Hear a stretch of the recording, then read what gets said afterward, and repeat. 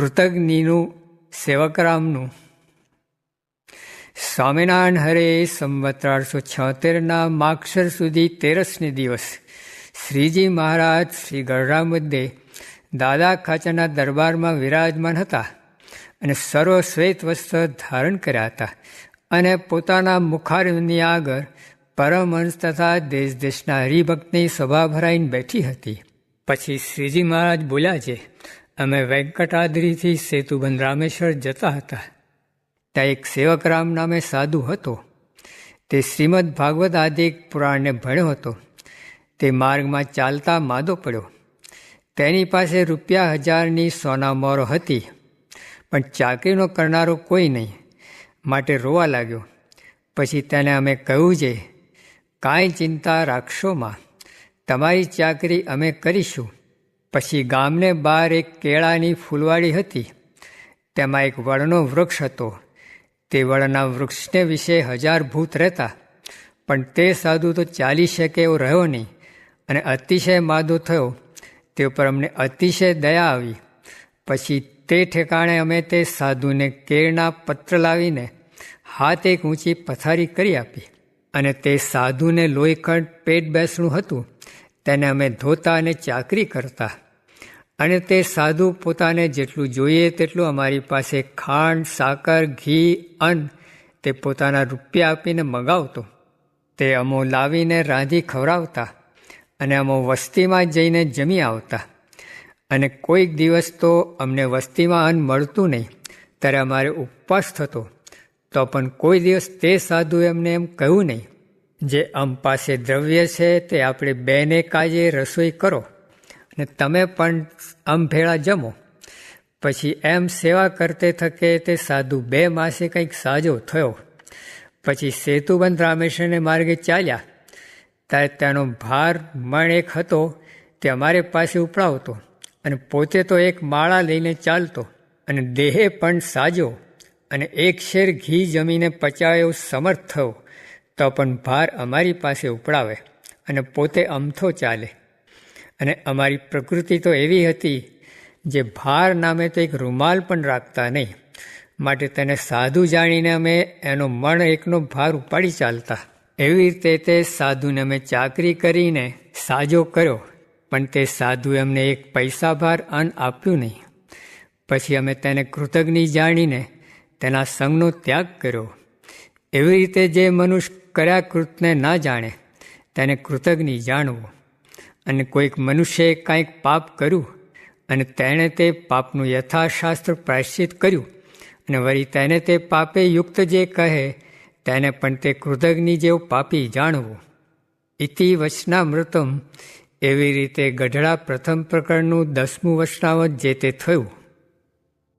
સર્વ કરતાં ભજન કરવું તે અધિક છે, ને તે કરતાં સ્મૃતિ રાખવી તે અધિક છે, ને તે કરતાં ધ્યાન કરવું તે અધિક છે, અને તે કરતાં પોતાના આત્માને વિશે ભગવાનને ધારવા તે અધિક છે. સ્વામિનારાયણ હરે સ્વામીએ વાત કરી છે, નિરંતર સર્વક્રિયામાં પાછું વાળીને જોવું છે. મારે ભગવાન ભજવા છે ને હું શું કરું છું એમ જોયા કરવું. સ્વામિનારાયણ હરે સ્વામીએ વાત કરી છે, સંત કહે તેમ કરવું તે શ્રેષ્ઠ છે, ને મન ધાર્યું કરવું તે કનિષ્ઠ છે. ને મનગમતું કરતો હોય ને તે ત્યાગ રાખતો હોય, ને આખા મંદિરનું કામ એકલો કરતો હોય, ને ગમે એટલા માણસને સત્સંગ કરાવતો હોય તો પણ તે ન્યૂન છે, ને તેને કોઈ દિવસ વિઘ્ન છે. અને જે 3 ટાણા ખાતો હોય ને આળસુ હોય ને ઊંઘતો હોય, એવી રીતના દોષેયુક્ત હોય, પણ જો તે પોતાનું મનગમતું મૂકીને સંત કહે તેમ કરે તો તે અધિક છે. ને સંત કહે એમ કરવું એ નિર્ગુણ છે, ને મનગમતું કરવું એ સગુણ છે. ને આ ત્યાગી બેઠા છે તેમાં પણ અડધા તો મનગમતું કરતા હશે, ને ગ્રહસ્થ પણ કેટલાક મનનું ધાર્યું કરે છે. પણ જેનું 10 જણ પ્રમાણ કરે તે ખરો કહેવાય, પણ એકનું કયું પ્રમાણ નહીં. સ્વામિનારાયણ હરે સ્વામીએ વાત કરી છે, એક હરિજને પ્રશ્ન પૂછ્યો છે, મચ્છરથી તે ગરુડ સુધી ભેદ કયા છે? તે મચ્છરિયું તે ગરુડની ગતિ કેમ કરે એમ અણવિશ્વાસ રહે છે.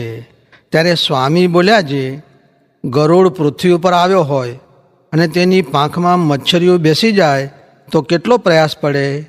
ત્યારે કહ્યું જે કાંઈ પ્રયાસ પડે નહીં. ત્યારે સ્વામી બોલ્યા જે ગોપાળાનંદ સ્વામી ને મુક્તાનંદ સ્વામી તે તો ગરુડ જેવા છે, તેની પાંખમાં આપણે બેસી ગયા છીએ, માટે કાંઈ ચિંતા ન રાખવી. ત્યારે વળી પૂછું જે પાંખ તે શી સમજવી? ત્યારે સ્વામી બોલ્યા જે આજ્ઞા ને ઉપાસના એ બે પાંખો છે, તેને મૂકવી જ નહીં તો સહેજે જ અક્ષરધામમાં જવાશે, એમાં કાંઈ સંશય નથી. એમ કહીને વળી બોલ્યા જે 3 પ્રકારના પંખી છે, તેમાં કેટલાક પંખી તો વૃત્તિ દ્વારે ઈંડા સેવે એવા છે, ને કેટલાક પંખી દ્રષ્ટિ દ્વારે સેવે એવા છે, અને કેટલાક પંખી તો પાંખમાં રાખીને સેવે એવા છે. તેમાં વૃત્તિ દ્વારે ઈંડું સેવાતું હોય તે ઈંડું દ્રષ્ટિમાં આવે તો ગંદુ રહે? ત્યારે કહ્યું જે ન રહે. ત્યારે સ્વામી બોલ્યા જે એ ઈંડું પાંખમાં આવીને પડે તો શું ગંદુ રહે? ન જ રહે. એ તો દૃષ્ટાંત છે. એનું સિદ્ધાંત તો એ છે જે વૃત્તિ દ્વારે સેવે એવા તો ગોપાળાનંદ સ્વામી ને કૃપાનંદ સ્વામી જેવા છે, તેની પાંખમાં પડ્યા છીએ, માટે કાંઈ કસર રહેશે નહીં એમ જાણું. સ્વામિનારાયણ હરે સ્વામીએ વાત કરી જે એક ઉપાસના, બીજી આજ્ઞા, ત્રીજો સમાગમ ને ચોથું સત્શાસ્ત્રનું વ્યસન, એ 4 દ્રઢ કરીને રાખવા. સ્વામિનારાયણ હરે સ્વામીએ વાત કરી જે ભગવાનના ભક્તના ગુણ કહેવા, તેમાંથી જીવ ભ્રમરૂપ થઈ જાય ને એમાં દાખલો કાંઈ પણ ન મળે એમ કરવાનું કહ્યું. પણ ફલાણો આવો ને ફલાણો આવો એમ ભગવાનના ભક્તના દોષ ન કહેવા, ને તેનું આપણે શું કામ છે, ને કોઈને નહીં સમજાતું હોય તો વળી આગળ સમજાશે, તેની શી ઉતાવળ છે ને ક્યાં ભાગી જાય એમ છે. પણ કોઈના દોષ ન કહેવા, તેમાં લવા ને બાદશાહની દાઢીનું દૃષ્ટાંત દીધું, તે મુખ્ય માથે લેવું. સ્વામિનારાયણ હરે સ્વામીએ વાત કરી જે એકને અંતરનો કજ્યો થાય છે ને એકને નથી થતો, તેનું કેમ સમજવું? ત્યારે સ્વામી કહે ઘરમાં સાપ હોય તે ઉંદર ખાવા મળતા હોય ત્યાં સુધી ખીજે નહીં, ને ઉંદરને કાઢી મૂકીએ તો ઘરના બીજા સર્વેને કરડી ખાય, તેમ મન તથા ઇન્દ્રિયોના કહ્યા પ્રમાણે ચાલે તો કજિયો ન થાય, ને તેને મરડીને ચાલે તો કજિયો થાય છે.